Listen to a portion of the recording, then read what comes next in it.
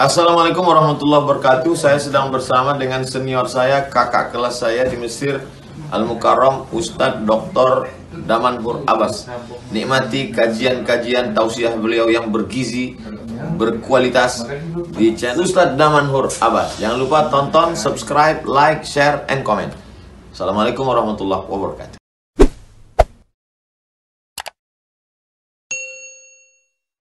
Pada saat Rasul naik ke atas pundak Talha, maka pada saat itu Rasul mengatakan kepada Talha, wajabat Talha, Talha masuk surga.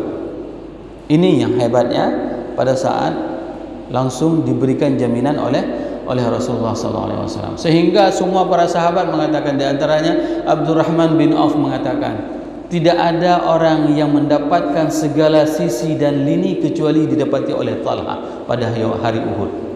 Dia mendapatkan semua kebaikan di Uhud itu didapati oleh Talha. Kenapa tidak? Dia menaikkan naikkan Rasul ke atas bukit, ke atas gunung, ke atas tebing.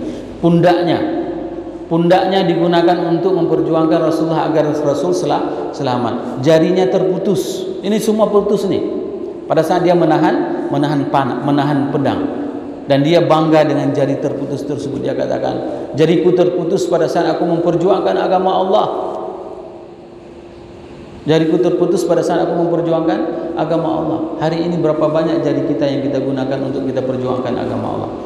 Terkadang kita tidak sadar memforward video berita yang itu bisa membuat pertikaian umat Islam, yang itu bisa membuat provokasi bagi saudara-saudara kita.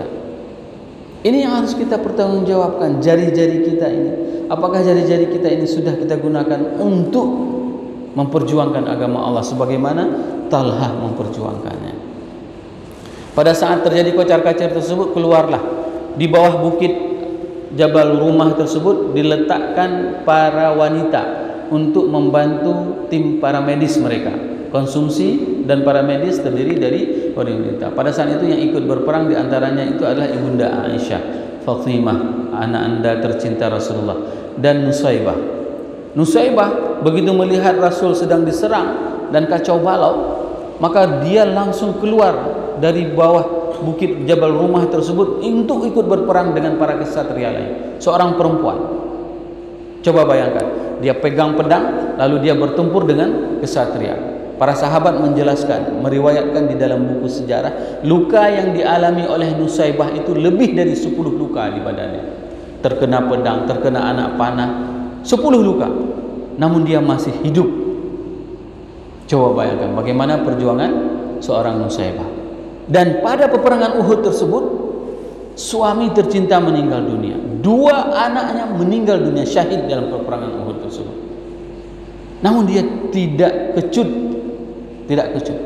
Dia tetap berjuang memperjuangkan agama Allah. Pada saat Rasul sudah naik ke atas tebing tersebut, bersembunyi di tebing tersebut, maka Rasul mengatakan kepada Sa'ad bin Abi Waqqas, Sa'ad bin Abi Waqqas, panah mereka semuanya.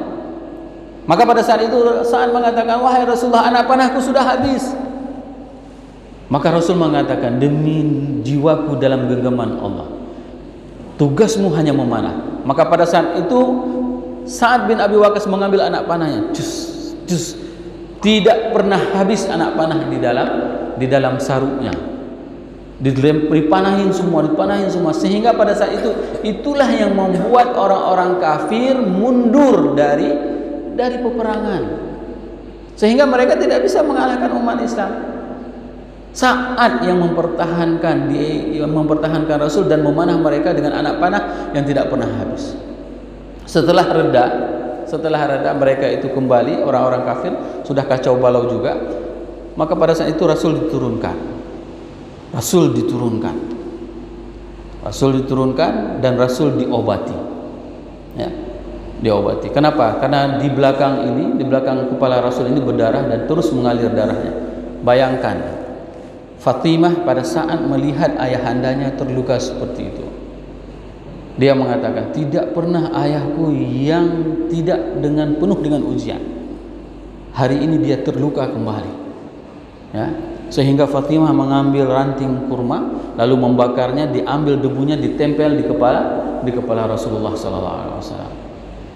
Sehingga ini merupakan sebuah ungkapan kesedihan yang dialami oleh seorang anandanya. Selalu ayah itu selalu dalam ujian, selalu dalam keadaan diuji dan diuji seperti ini. Dan hari ini ayahanda terluka seperti ini, dan dia menangis melihat ayahandanya seperti itu. Pada saat tersebut Rasul sedang diobati, maka Rasul menyuruh Ka'ab bin Malik, wahai Ka'ab, cari Sa'ad, cari Sa'ad, tanyakan bagaimana kabarnya, sampaikan salamku kepadanya.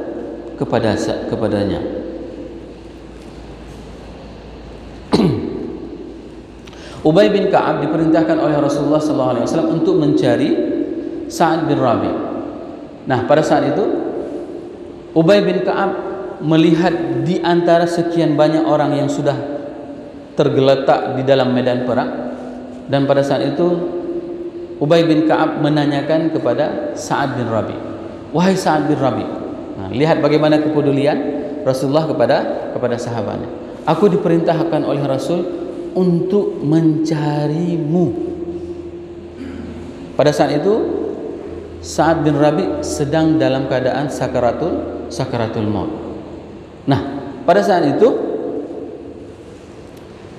Sa'ad mengatakan kepada Ubay bin Ka'ab, wahai Ubay, apa yang disampaikan oleh Rasul? Rasul menanyakan kabarmu dan menyampaikan salam kepadamu. Maka pada saat itu Sa'ad bin Rabi' mengatakan kepada Ubay bin Ka'ab, wahai Ubay bin Ka'ab, sampaikan salamku kepada Rasulullah SAW, dan sampaikan kepada seluruh umat mukmin, orang-orang Islam, tidak ada alasan bagi mereka untuk tidak mau menerima perintah Allah dan Rasulnya. Tidak ada alasan.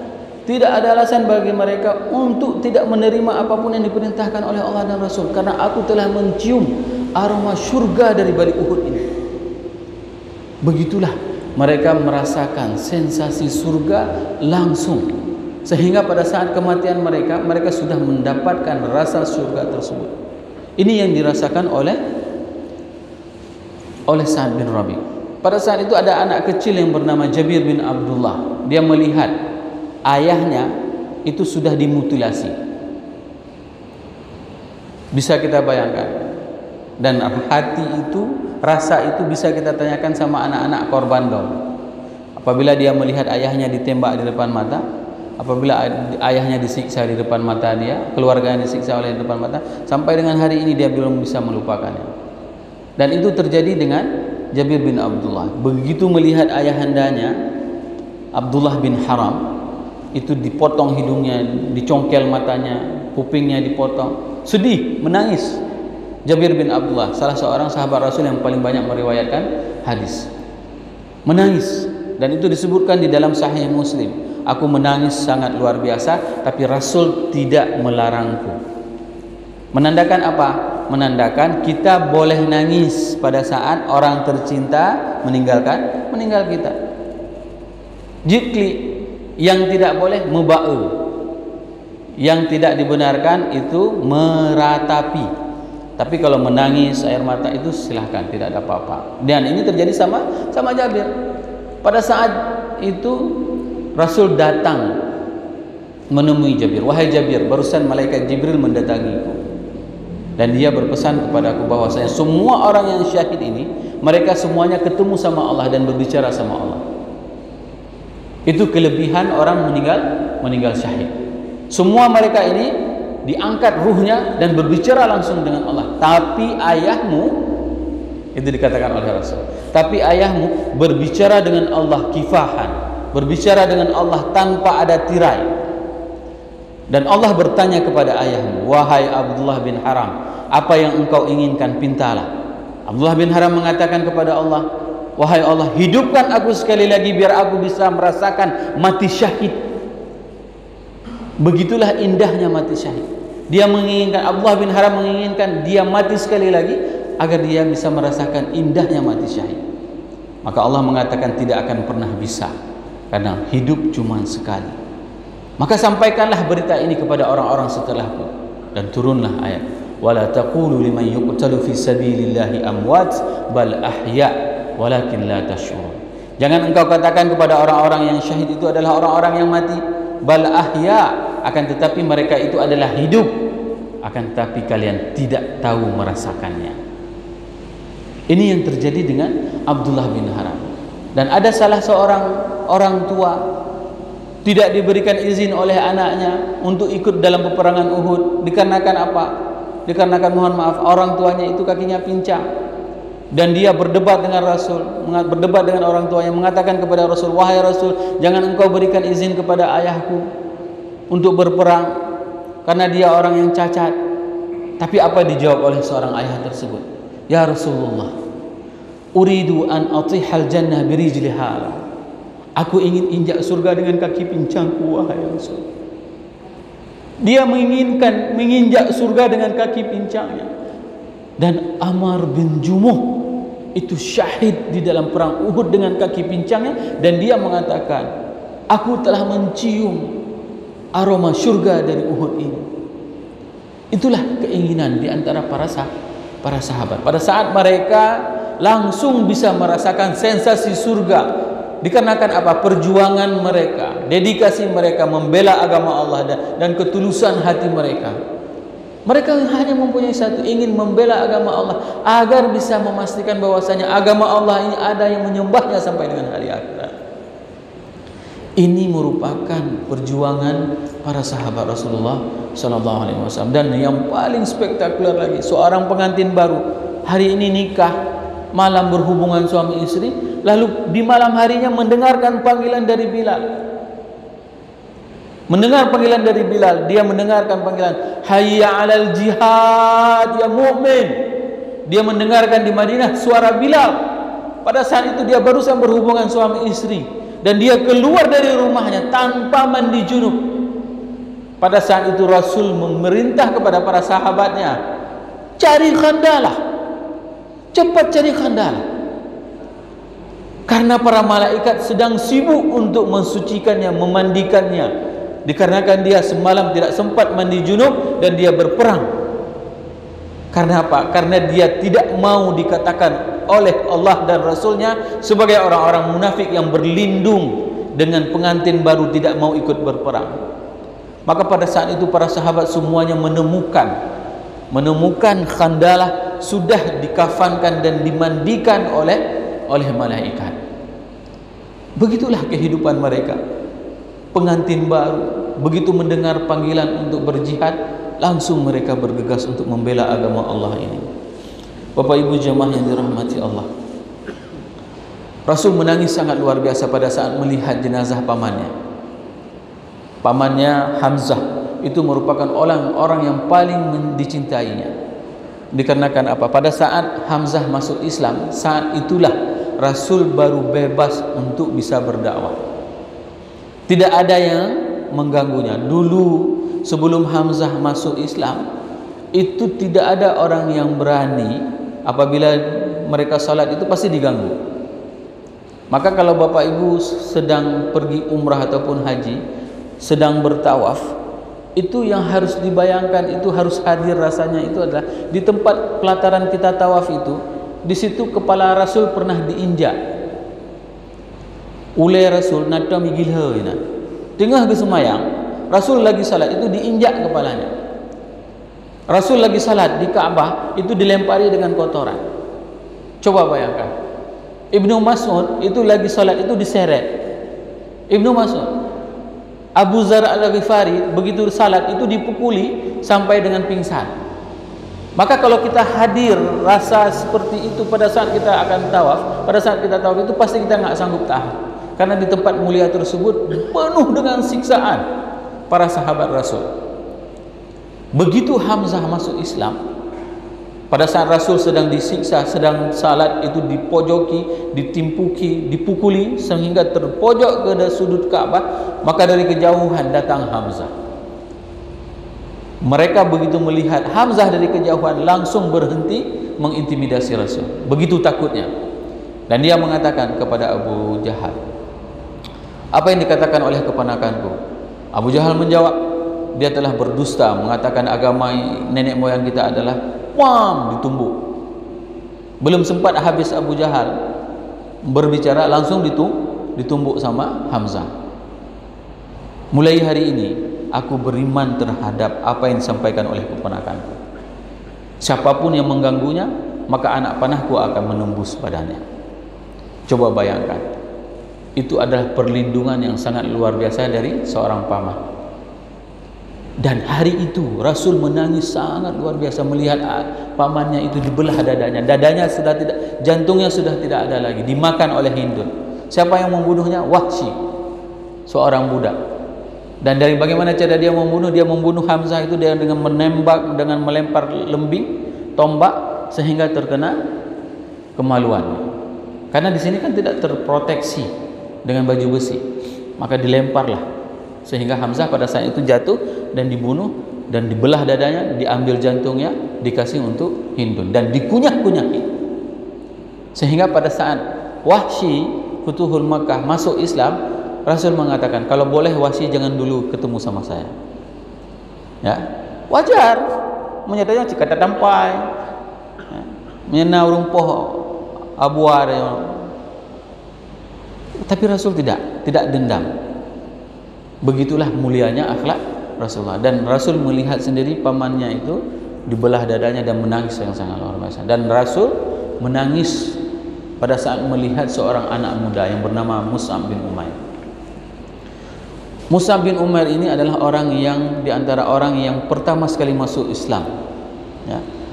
Dan dia terkenal sangat parlente, orangnya ganteng, orangnya nencis. Ini anak muda, dan setiap dia lewat di lorong di Mekah, orang itu pasti akan tahu barusan yang lewat adalah Mus'ab bin Umair. Kenapa? Karena dari parfumnya. Ini bayangkan, tinggai parfum melikut punya lewat banyak.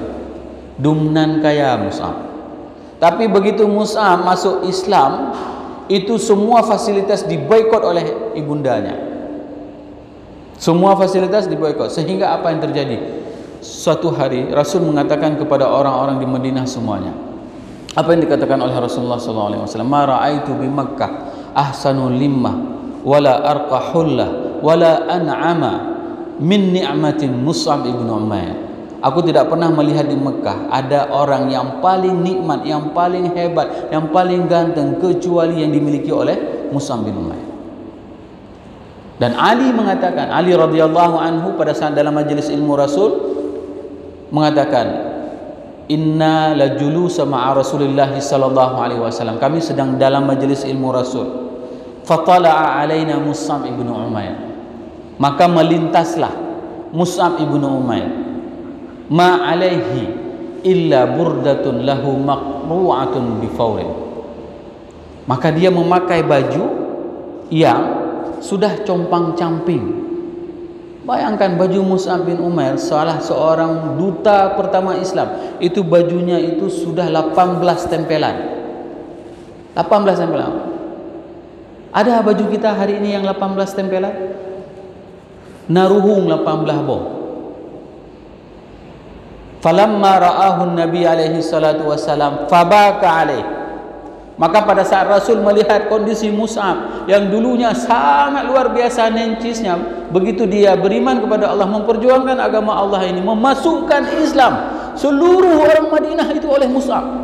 Mus'ab yang mengetok pintu, ayo beriman kepada Allah, ayo beriman kepada Allah. Sebelum Rasul hijrah, Mus'ab lebih dahulu yang datang ke Madinah, sehingga Madinah semuanya beriman. Dikarenakan apa? Dikarenakan Mus'ab bin Umair. Fabakan Nabi alaihi salam. Maka Rasul menangis melihat kondisi Mus'ab yang bajunya itu sudah compang-camping, dijahit. Dikarenakan apa? Dikarenakan nikmat yang dulu dirasakan oleh Mus'ab. Dan hari itu Rasul melihat sendiri. Rasul melihat Mus'ab pada saat dia sudah syahid dalam perang Uhud, kain kafannya tidak cukup, ditarik ke atas nampak kakinya, ditarik ke bawah nampak kepalanya. Pada saat itu maka Rasul menutupi kakinya dengan pelumpah kurma. Disitulah turun ayat yang barusan kita bacakan. Minal mu'minina rijalun sadaqu ma ahadullah alaih faminhum man qada nahba wa minhum man yantazir wa ma badalu tabdila. Disitulah turun ayat tersebut dan membuat ini adalah sebuah refleksi bagi kita semuanya. Dan Nusaybah yang terluka, lebih dari 10 luka tadi, pada saat Rasul sudah mengumpulkan para sahabatnya, Rasul memuji Nusaybah. Apa yang dikatakan oleh Rasul kepada Nusaybah? Wahai Nusaybah, keluargamu jauh lebih baik dari keluarga fulan. Kenapa tidak? Karena suaminya meninggal dunia, 2 anaknya meninggal dunia dalam peperangan Uhud tersebut. Rasul selalu mengatakan, wahai Nusaybah, keluargamu jauh lebih baik dari keluarga fulan. Keluargamu jauh lebih baik dari keluarga fulan. Keluargamu lebih baik dari keluarga fulan. Maka pada saat itu Nusaybah meminta kepada Rasulullah, wahai Rasul, pintalah kepada Allah agar aku bisa menjadi pendampingmu nanti di surga. Maka Rasul bermunajat kepada Allah, Allahumma ja'alhum rufaqa'i fil jannah. Ya Allah, jadikanlah Nusaybah beserta seluruh keluarga besarnya sebagai pendampingku di surga. Hari ini apa yang sudah kita minta sama Allah? Pernahkah kita memastikan diri kita, keturunan kita, generasi kita semuanya akan menjadi pendamping Rasulullah? Atau paling tidak kita meminta, ya Allah, berikanlah kesempatan kepada saya untuk bisa menatap wajah Rasul, dan pada saat saya ditatap oleh Rasul, Rasul sedang tersenyum melihat saya. Ini yang harus kita mintakan, harus kita persiapkan. Dan bahkan nanti di hari akhirat, pada saat kita berada di Haud, akan diberikan syafaat oleh Rasulullah. Dan sungguh kaget kita, Rasul mengenal nama kita, padahal kita tidak pernah bertemu dengannya. Rasul akan memanggil nama kita, ya Abdullah, ya Abdul Karim, ya Damanhur, ya siapa? Nanti Rasul, kenapa Rasul bisa mengenal? Saya tidak pernah ketemu, saya tidak pernah berjumpa. Rasul kok tahu? Inilah yang harus kita persiapkan pada saat kita masih diberikan umur panjang ini. Lakukan amal-amal saleh, jangan tebar kebencian sesama kita. Lakukan amal-amal saleh, dan pada saat kita melakukan amal saleh tersebut, kita ungkapkan inilah bentuk kecintaan kita kepada Rasulullah. Kenapa kita pergi salat subuh? Tadi hujan. Kenapa kita mau keluar dari rumah? Bukan karena ada ustadznya, bukan karena ada penceramahnya, tapi karena kita ingin menunjukkan, wahai Allah, aku mencintai Rasulmu.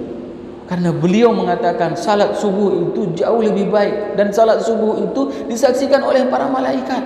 Maka aku keluar untuk melaksanakan salat subuh karena diperintahkan oleh Rasulmu. Semua aktivitas yang kita lakukan, hadirkanlah rasa cinta kita kepada Rasulullah SAW. Kalau tidak, maka sungguh kehidupan ini akan menjadi sia-sia bagi kita semuanya.